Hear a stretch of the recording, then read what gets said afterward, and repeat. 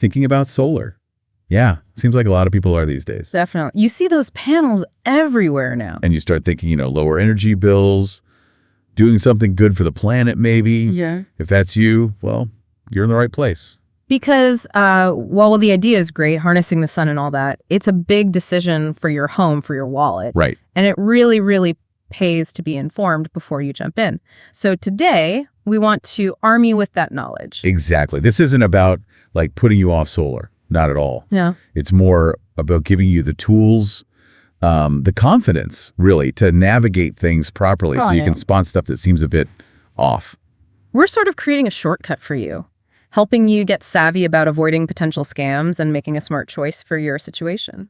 And to do that, we've been digging into some really useful sources. Yeah, we looked at a guide that kind of breaks down common scam tactics, the usual tricks, and also a CNET piece that gets really specific about red flags and, importantly, gives some solid advice before you even start talking to installers. So the idea is to pull out the absolute must-knows from these for everyone listening, help you feel like you've got a handle on it, maybe have a few aha moments. Hopefully, about doing solar the right way. Okay, let's dive in then. One of the first things, maybe the most common thing you hear, is free solar panels. Sounds amazing, doesn't it? It really does. But the sources we looked at really unpack what free usually means here. Right, because truly free, like zero cost, own it outright.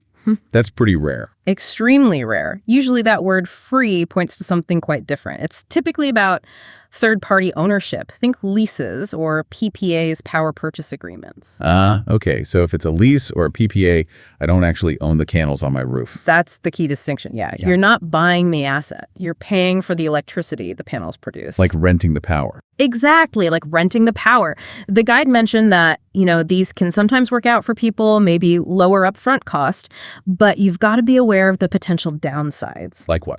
Well, things like payments that might go up over time, maybe escalator clauses in the contract. Yeah. And you're signing up for a long time, usually 20, 25 years. Wow, that's a commitment. It is. And it could potentially complicate things if you decide to sell your house down the road. Right. Transferring the lease or whatever.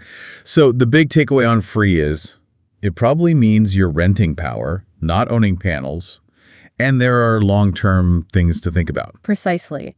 And the guide confirms truly free systems are usually just for specific low-income assistance programs. Very different scenario. Got it. Okay, next big promise. Eliminate your electric bill completely. Yes. The dream, right? Who wouldn't want that? Seriously, that's a huge selling point. It is. But think about how our electricity usually works. That promise of literally $0 on your bill, it should probably make you pause. Why is that? Well, the guide explains that most solar homes, they still need that grid connection, for backup power. For nights, cloudy days. Exactly. When the sun isn't shining or you're using more than you generate, the grid is your safety net. Okay, that makes sense. So the grid is still part of the picture. Usually, yes.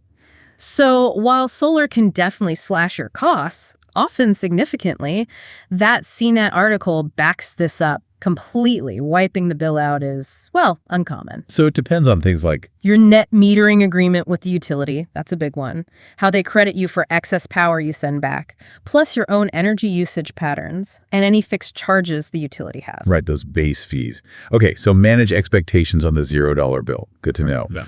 What about the sales process itself? Sometimes it can feel really intense. Yeah, high-pressure tactics. That's something both sources flag. Like what specifically? Things like demanding you sign right now, saying it's a limited-time offer that'll disappear tomorrow. Creates urgency. Exactly. But legitimate companies, as Melanie McGovern from the BBB points out in the CNET piece, they'll give you time to read everything, compare offers. That feels right.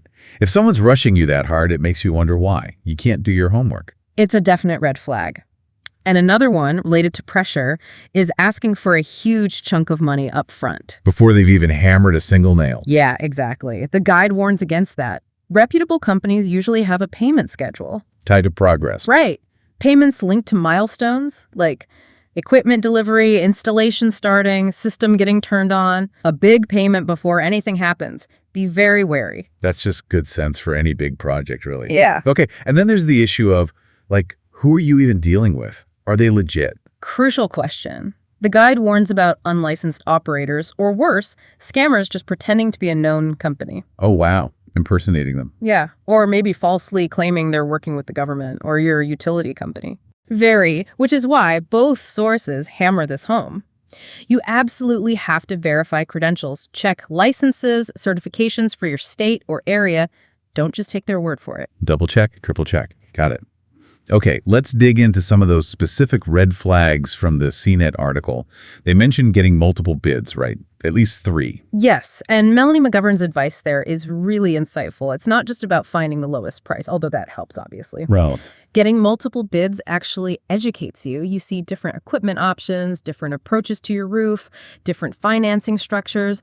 It helps you spot an offer that's way out of line price-wise. And you learn by asking questions. Exactly. You get smarter with each conversation. It's a learning process. It makes total sense, like getting second and third opinions. Okay, another one. Claiming the federal solar tax credit is about to vanish. The urgency tactic again. CNET clarifies this really well, that federal credit. Cool. It was actually increased and extended recently back in 2022. Okay, so it's not disappearing. Not anytime soon. It's set at 30% through 2032. Then it starts stepping down gradually. So anyone saying sign now or you'll miss it completely, that's just not accurate. Good to know the actual dates. And it's a tax credit, right? Not cashback. Crucial point, yes. We'll touch on that more later. But it reduces your federal tax liability. You need to owe taxes to get the full benefit. Okay. What about the special local program ending soon line? That sounds plausible. It can sound plausible, yeah. And sometimes utility net metering rules do change or local incentives might have deadlines. So how do you handle that? Ask for specifics. What program exactly are they talking about? Get the name, then verify it independently. Check your utility's website, your state energy office. Don't just rely on the salesperson's word. Do your own digging. Right. Another red flag CNET mentions, being told you can only have one specific type of panel or inverter. Yeah, that's a bit suspect. Yeah. Most established installers work with several manufacturers. They should be able to offer you options, or at least explain why they strongly recommend a particular brand for your situation. So if they say, this is all we've got, take it or leave it. It might mean their choices are limited, maybe for reasons that benefit them more than you. It warrants asking more questions, for sure. Okay.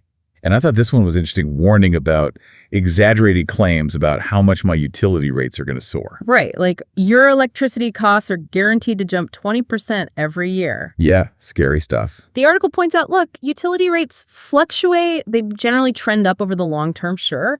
But these wild, guaranteed, huge percentage hikes every single year, usually not based in reality. So check historical rates for your area. Definitely a good idea. Don't let fear-based predictions rush you. Okay.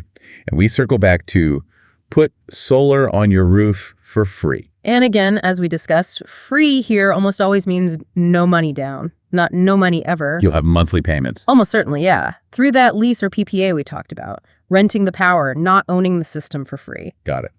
And lastly, from CNET's red flags, something called SRECs. Solar Renewable Energy Certificates. Yeah, this is a bit more nuanced, but important for some people.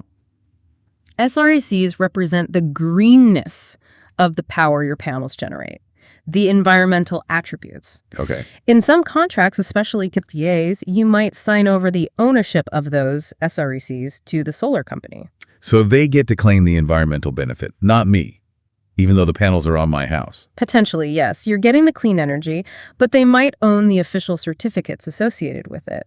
If claiming that environmental impact yourself is important to you, that's definitely something to clarify in the contract details. Who owns the SRECs? Interesting. Didn't know about that. Okay, so CNET also talks about what you should know before you even start getting quotes. We touched on the tax credit. Yes, and the key thing, again, is how it works. It's a credit against federal income tax owed. It's not a rebate check in the mail. So you need to actually owe federal taxes to benefit. Correct. You need enough tax liability in that year, or potentially carry it forward depending on the rules. Right. It affects the overall financial calculation, so it's important to understand. Absolutely. And they also loop back to the utility bill impact. Savings are likely, but the amount varies. Hugely. That net metering agreement is critical. How much does your utility pay you for excess power? Do they just give you a credit? Do rates change based on time of day? You really need to understand your local utility's specific rules. Because it's different everywhere. It really is. And those rules can and do change over time, too. Okay. And revisiting free solar, again, the PP also versus buying distinction. Right. CNET points out the trade-off. Buying the system, maybe with a loan, often leads to greater savings over the long run, like 20, 25 years. You own the asset, you get the full tax credit directly. But leases and PPAs. They usually mean little or no money upfront, which makes solar accessible to people who can't afford to buy outright. Lower barrier to entry, but potentially less financial benefit over the total lifespan. So different models suit different financial situations. Exactly. It's about understanding which path makes more sense for you. Makes sense. Then there's a house itself. Is my roof even good for solar? Yeah, fundamental question. Ideally, in the northern hemisphere, you want a good amount of south-facing roof space. What if I don't have that? East and west-facing roofs can work too. They just might produce a bit less overall, but the big killer is shade. Trees, other buildings? Right? That story from Melanie McGovern was telling a company contacted her even though her roof was totally shaded. Wow. A reputable installer will do a thorough shade analysis. They'll look at obstructions, time of day, time of year, and they'll be honest if your roof just isn't a great candidate. And roof condition matters too, right? Oh, definitely. If your roof is old and might need replacing in a few years, you really want to address that before putting panels on. Taking panels off and putting them back on later adds significant cost. Good point. Think ahead. And CNET reminds us again, trustworthy installers answer questions clearly. They don't pressure you. They shouldn't. And remember that FTC rule for most sales made in your home, like a door-to-door pitch, you usually have 3 business days to cancel. The cooling off period. Exactly. It's a safety net if you felt rushed or pressured into signing something. Okay, that's helpful. So let's pull together some concrete tips. How can people actively protect themselves through this?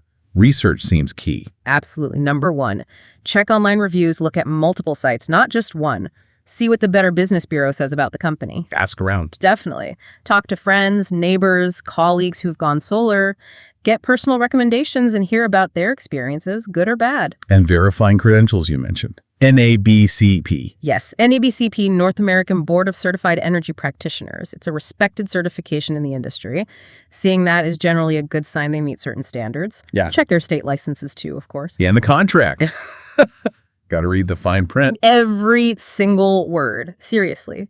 Pay super close attention to the payment schedule, the warranties, what do they cover, for how long, who provides the service, and understand the cancellation policy. And if something's confusing. Ask. Ask until you understand it completely. If it's a major financial commitment, maybe even run it past a lawyer for an hour just to be safe. Good advice. And finally, guarding your personal info. Yeah, be really cautious. A legitimate company isn't going to demand your social security number or bank details right at the beginning before you've even seen a proper proposal. Don't give that out readily. Okay, so if people are trying to do all this right, where can they turn for reliable help or information? CNED listed some resources. Yeah, there's actually quite a bit of support out there. The U.S. Department of Energy has a really good homeowner's guide to going solar. It's comprehensive. Okay, DOE guide. What else? Your state's Consumer Protection Office is a great resource. They often have state-specific advice and maybe even lists of licensed installers or known issues in your area. Local knowledge. Exactly. And the Federal Trade Commission, the FTC, also has advice specifically on avoiding solar scams. Good to know. Any non-government groups? Yes. Advocacy groups like Solar United Neighbors or GRID Alternative can be really helpful. They often provide unbiased advice and support, sometimes even help organize group purchasing. Oh, interesting. And don't forget the Better Business Bureau again, checking company ratings and complaints. And NABCP for finding certified professionals. And just talking to people. Absolutely. Talk to your neighbors with solar, ask them who they used, how it went, what they learned. Real-world experience is invaluable. It really sounds like, with some due diligence, people can feel pretty confident navigating this. I think so. It's manageable. Just to quickly hit the main points again, watch out for those free offers. Understand bills likely won't be zero. Avoid high pressure. Check credentials thoroughly. Get multiple bids. Don't pay huge amounts up front. And read that contract carefully. So the message really is stay informed, be vigilant, and you absolutely can make a smart, safe transition to solar power. It's achievable. Totally achievable. So, do that local research, check out the resources we mentioned, DOE, your state office, BBB, and ABCEP. And yeah, definitely chat with neighbors who've already done it. Okay. So as solar keeps growing, becoming more common, it does make you think, doesn't it? Considering all the potential benefits, the savings, the environmental side, what questions are maybe still swirling around for you when you think about solar for your own home? Something to ponder.